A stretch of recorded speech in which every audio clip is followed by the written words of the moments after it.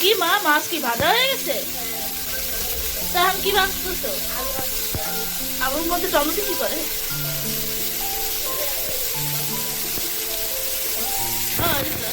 মাছ ভাজছে। তাহলে টমেটো গুলো ভেজে নিবা, সরি আলুগুলো ভেজে নিবা। আলুগুলো ভেজে নিবা।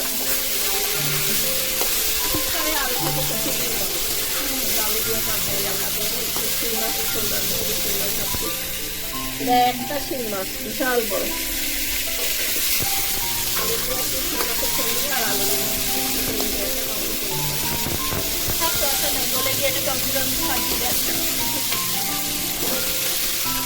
একটা পড়ে গিয়েছে, এখন কি করা যায়? এটা তো ভাজা ভালো আমরা বুঝে নিই। আলু খেতে খুবই মজা লাগে। আর আমি তো আলু খাই না, আমার ঘরে আমার নাম করে দিতে আলু খাই না, আমার সব কিছুতে আলু হতে হবে। আলুটা আমি ভীষণ পছন্দ করি। রান্নার মধ্যে আলু নাই তো রান্না ভালো হয় নাই।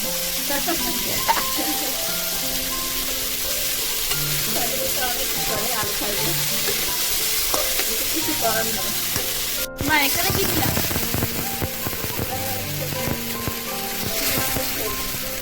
কি কি দিছো? পেঁয়াজ, আদা, রসুন আর একটু কালো জিরা ফোড়ন দিচ্ছি।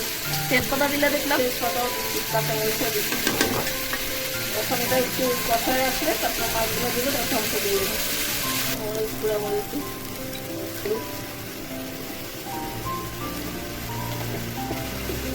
এই হচ্ছে যে মাছের মশলা। হলুদ মরিচ আছে না, এ হচ্ছে মশলা।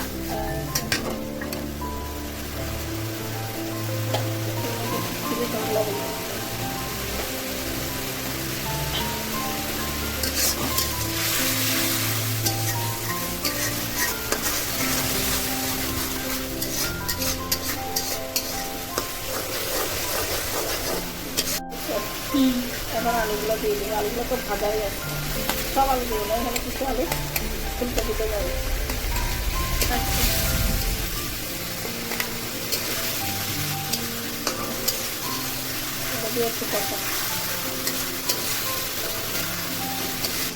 পানি দিয়ে দিছো? হ্যাঁ, এখন পানি দিয়ে দিচ্ছি। পানিটা ফুটে উঠলে মাছ আর টমেটো দিয়ে দেবো। কয়টা টমেটো দিয়ে দেবো।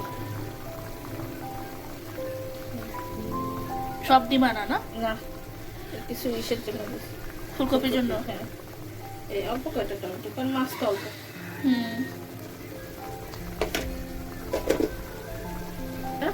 দিয়ে দেবো। এখানে কি মাছ ইউজ করতেছো? শিং মাছ, শিং মাছগুলো দিয়ে দিচ্ছি।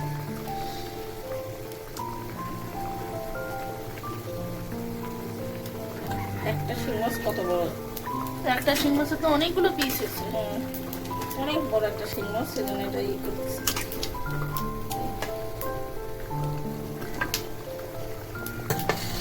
এরপর এটা কতক্ষণ হতে থাকবে? তো হইতে থাকবে, একটু ঝোল মাখা মাখা করবো তো হিসেবে। কি হয়েছে? হ্যাঁ, ওই এখন এটা নামাই ফেলাবা?